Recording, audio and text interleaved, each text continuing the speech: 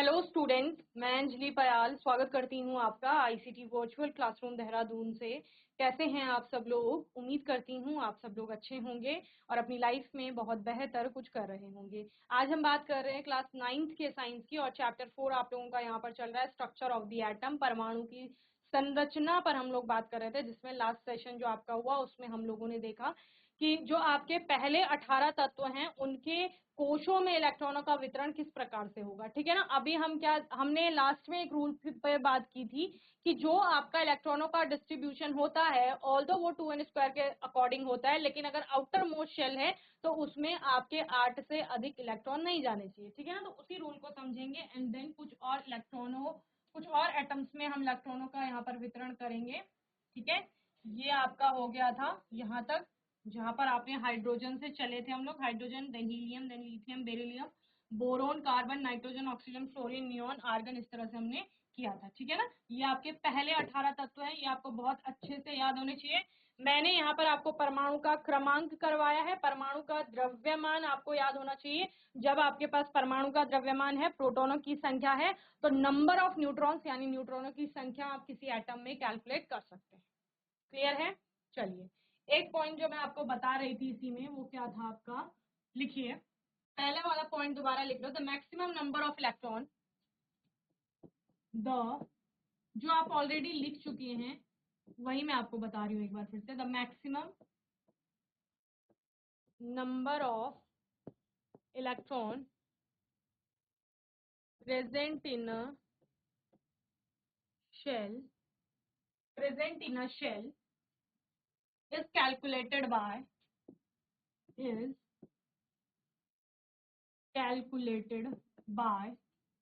the formula 2n²। ठीक है ना, 2n²। ठीक है ना। क्या बोला? कोशों में इलेक्ट्रॉनों की संख्या की गणना 2n² से की जाती है। ठीक है, ये हम सभी को पता था, ये मैं आपको पहले भी बता चुकी हूँ लास्ट सेशन जो आपका हुआ था। ठीक है, लेकिन एक और पॉइंट मैंने आपको बताया कि 2n² के फॉर्मूले से हम निकालेंगे कि एक कोश की आपका एबिलिटी आप बोल सकते हैं, या बोल सकते हैं कि उसमें कितने इलेक्ट्रॉन आ सकते हैं। ठीक है ना, ये बोल सकते हैं मैक्सिमम नंबर ऑफ इलेक्ट्रॉन आ सकते हैं। लेकिन जब इलेक्ट्रॉनों का डिस्ट्रीब्यूशन होगा तो आप बाह्यतम कोश जो होगी, कोई भी हो, आपका के है, एल है, एम है, एन है, ओ है, पी है, कोई सी भी कोश है, उसमें 8 से अधिक इलेक्ट्रॉन नहीं जाएंगे। बोलेंगे अभी तो ये बोला, फिर ये दूसरा पॉइंट क्यों बोल रहे हो? ठीक है, तो क्योंकि हमें स्टेबल बनाना है एटम को, बहुत सारे इलेक्ट्रॉन हम उसके बाह्यतम कोश में नहीं रख सकते। समझ रहे हैं? चलिए, तो वही पॉइंट लिखिए। The maximum capacity to hold the maximum capacity to hold electron to hold electrons in the electrons in the outer most shell is 8। इसको और इस वर्ड को, इस लाइन को आप याद रखें। Maximum capacity outer most shell की 8 है, यानी कि 8 इलेक्ट्रॉन रहेंगे। ठीक है, उससे ज्यादा नहीं डालेंगे चाहे कितने भी इलेक्ट्रॉन, उसको नेक्स्ट में डाल दो, कोई नहीं। समझ रहे हैं? चलिए लिखिए, हिंदी में लिखिए।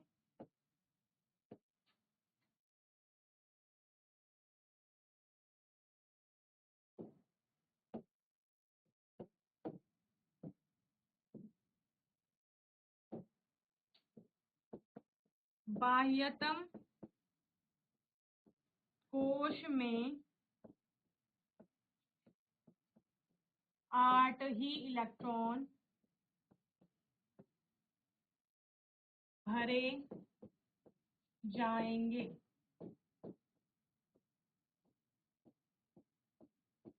उससे अधिक नहीं। जितना सिंपल हो सकता है उतनी सिंपल लैंग्वेज में लिखवाया जाता है आपको, तो पढ़ा कीजिए उसको। देखिए, hydrogen, helium, lithium, beryllium, boron, carbon, nitrogen, oxygen, fluorine, neon, sodium, magnesium, aluminium, silicon, phosphorus, sulphur, chlorine, argon. ठीक है, यहां तक हमने कर लिया था 18 जिसका परमाणु क्रमांक है। ठीक है ना। अब देखो ये रूल जो मैंने लिखवाया है ये आपका वहां तक तो आसान था क्योंकि एल की कैपेसिटी आपकी 8 ही थी, 2n² के अकॉर्डिंग उसमें 8 ही आने थे, तो आपने 8 ही डाले, फिर जो नवा इलेक्ट्रॉन था वो आपको वैसे भी m में डालना था, है ना। लेकिन यहाँ पर अब ये वाला आपका काम करेगा। लिखो तत्व, परमाणु का क्रमांक, ठीक है, number of electrons, number of protons, कोशों में वितरण।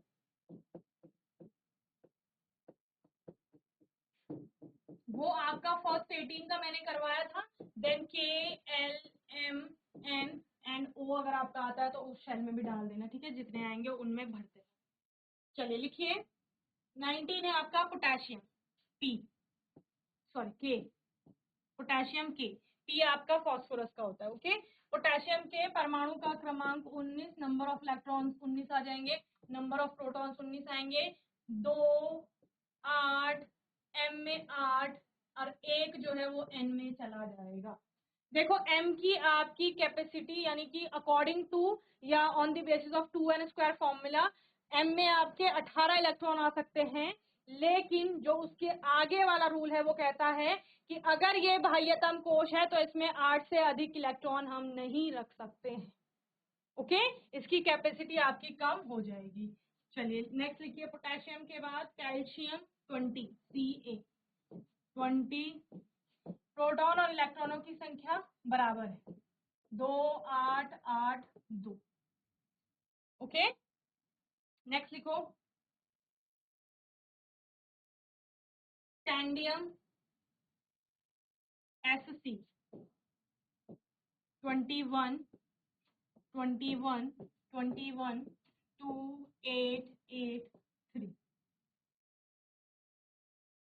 अब बताओ ये सही है, 2, 8, 8, 3, जल्दी बताओ। अब जल्दी बताइए, ये 2, 8, 8, 3 सही है या नहीं है, बताओ। हमने बोला m में आपके मैक्सिमम 18 इलेक्ट्रॉन आ सकते हैं, ठीक है ना। लेकिन अगर m आपकी बाह्यतम कोश है तो उसमें 8 से अधिक नहीं आएंगे, समझ रहे हो। इस केस में आपका जो आपका m है वो बाह्यतम कोश तो नहीं है, वो तो अंदर वाली कोश है, तो उसमें आप कितने कर लोगे, 9 कर सकते ना, इसमें हमें 2 ही बनाना है। ओके, तो वो कितने हो जाएंगे, 9 हो जाएंगे, समझ रहे हो। अब आप तब तक इसको भरोगे जब तक इसमें कितने ना हो जाए, 18 ना हो जाए। ओके, टाइटेनियम का लिखो, स्कैंडियम, टाइटेनियम 22, 22, 22, 2, 8, 10, 2। चलिए, तो समझ आ गया ये वाला रूल भी, ठीक है। अभी इसमें बहुत ज्यादा डीप में नहीं जाना है क्योंकि कोशों के बाद उपकोश आते हैं, शेल्स के बाद सब शेल्स आती हैं, सब शेल्स के बाद में आपके ऑर्बिट्स आते हैं, अलग अलग ऑर्बिटल ऑर्बिट्स के बारे में बात करेंगे आप लोग। यहां तक समझ लो, बस दो तीन पॉइंट जो आपने यहाँ पर पढ़े वो क्लियर है। 2n² का यूज करेंगे, जब तक के पूरा नहीं भरा जाएगा तब तक एल में आपका इलेक्ट्रॉन नहीं जाएगा, जब एल में जाएगा तभी एम में जाएगा, जब एल आपका पूरा फिल हो जाएगा। उसके बाद आपका 8 इलेक्ट्रॉन आप सबसे बाहरी कोश में कर सकते हैं, 8 से अधिक नहीं कर सकते। अगर ये भी आपका पूरा भर गया, अब यहाँ की बात करेंगे तो यहाँ जब 8 इलेक्ट्रॉन हो जाएंगे तो वो 9वां इलेक्ट्रॉन नेक्स्ट में चला जाएगा, समझ रहे हो ना। यही आपको जो बोलेंगे यही वाली बात आपको यहाँ पर रखनी है, अप्लाई करनी है, बस ये पॉइंट आपको ध्यान रखना है। क्लियर है, चलो करो नोट। चलिए, अब कोशों में वितरण आपका हो गया।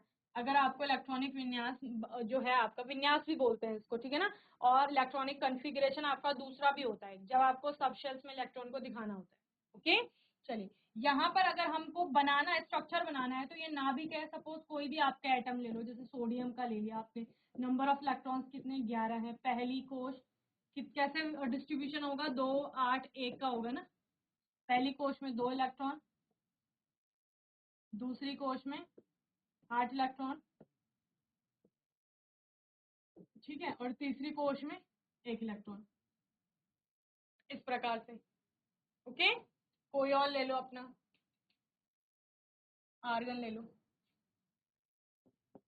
कितना है? 18, 2, 8,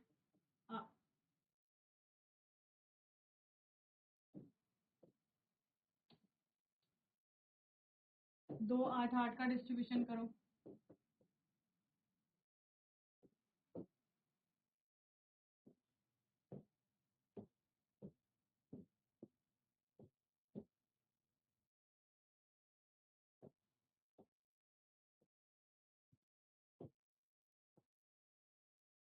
सर्कल सा बना लेना, ठीक है, ज्यादा ड्राइंग पे नहीं जाएंगे।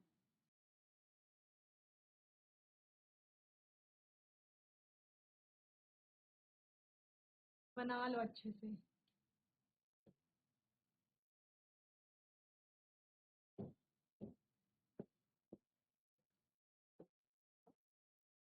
ठीक है, इसी प्रकार से किसी और का बना लो। पोटेशियम का देखा था आपने, 19, ठीक है ना, 2, 8, 8, 1,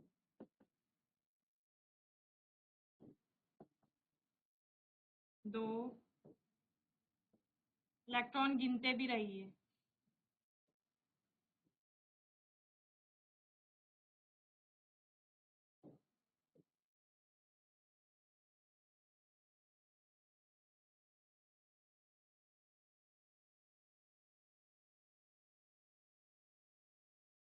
चलिए, तो यदि आपको परमाणु का क्रमांक पता है, किसी भी परमाणु का, किसी तत्व का, तो आप नंबर ऑफ इलेक्ट्रॉन्स बता सकते हैं उसमें, है ना।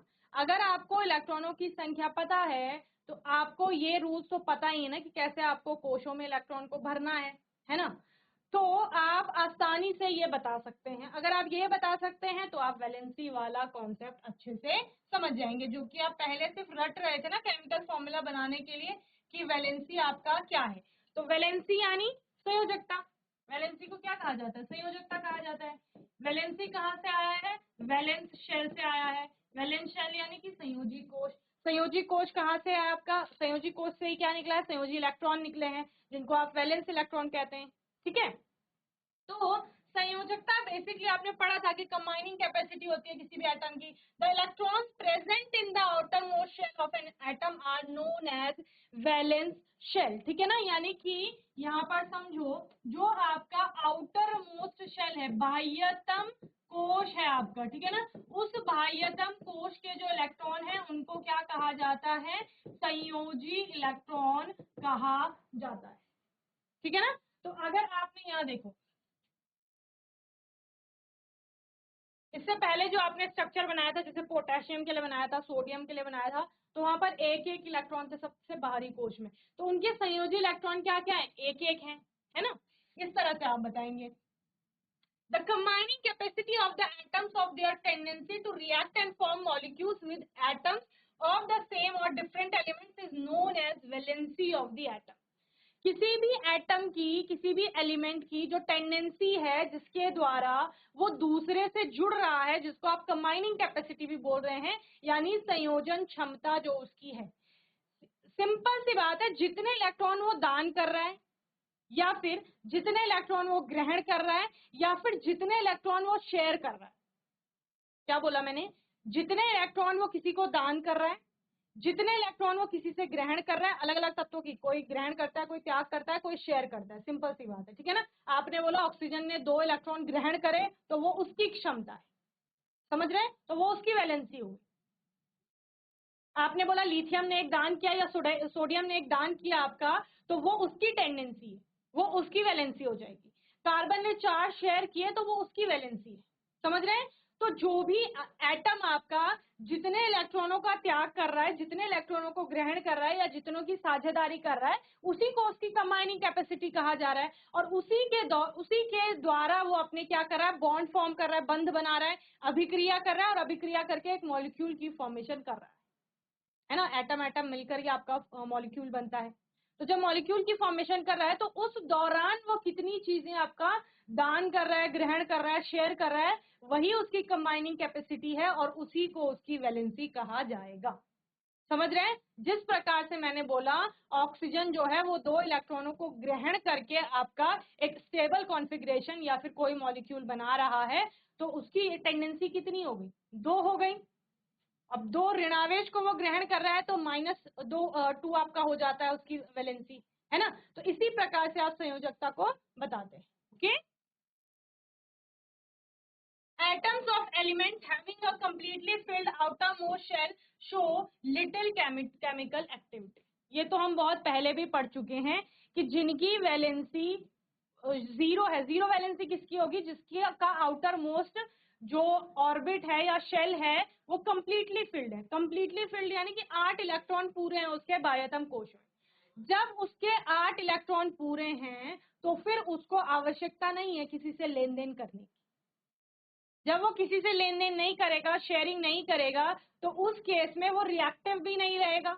अब रिएक्टिव नहीं है तो उसकी रिएक्टिविटी कैसी हो जाएगी? बहुत कम हो जाएगी। इसीलिए जो अक्रिय गैसें हैं उनकी अभिक्रियाशीलता बहुत कम है। समझ रहे हो? चलिए, द कंबाइनिंग कैपेसिटी और valency is 0 in case of the अक्रिय गैसेस, और जिनको आप क्या बोल रहे हो यहाँ पर, जिनकी आउटर मोस्ट आपकी फिल है, ओके, उनकी वैलेंसी क्या हो जाएगी? 0 हो जाएगी, जिसको आप इनर्ट गैसेस भी कहते हैं।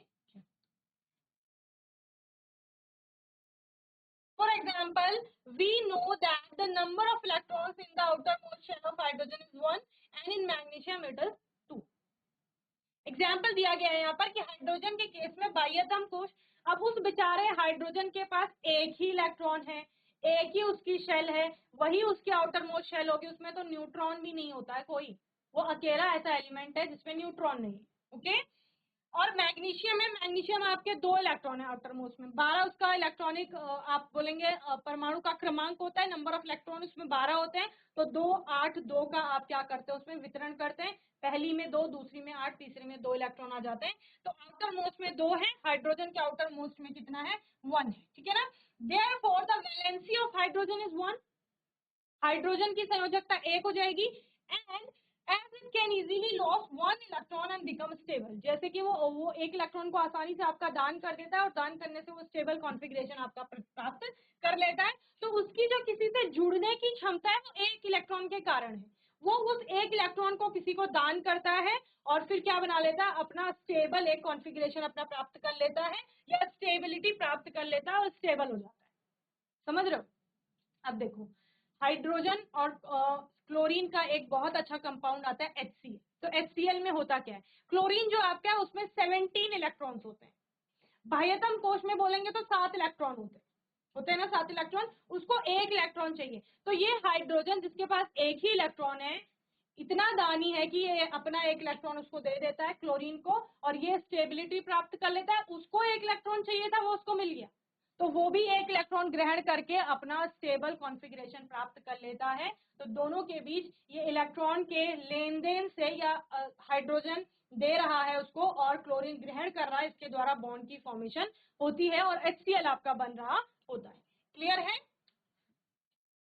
On the other hand, that of magnesium is 2 as it can lose 2 electrons easily and also attain stability. Okay? और मैग्नीशियम के केस में क्या हो रहा है? मैग्नीशियम आपका 2 इलेक्ट्रॉनों को दान कर देगा। मैग्नीशियम धातु है आपका और धातु की प्रॉपर्टी क्या है? इलेक्ट्रॉनों को दान करने की, तो ये इन दोनों को दान कर देगा और दान करने के बाद स्टेबिलिटी को अटेन कर लेगा। क्लियर है? चलिए नोट करिए इतना।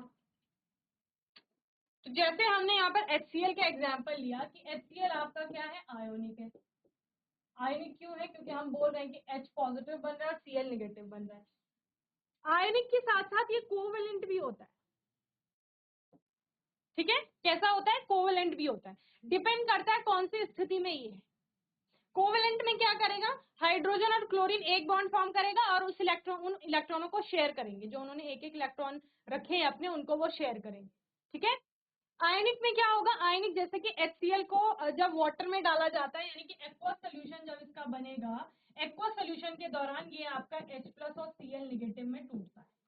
तो यहाँ पर ये आयनिक जैसा आपको फील होगा, ठीक है। बाकी हम बोलते हैं कि इसमें कोवेलेंट बॉन्ड भी है, तो डिपेंड करता है।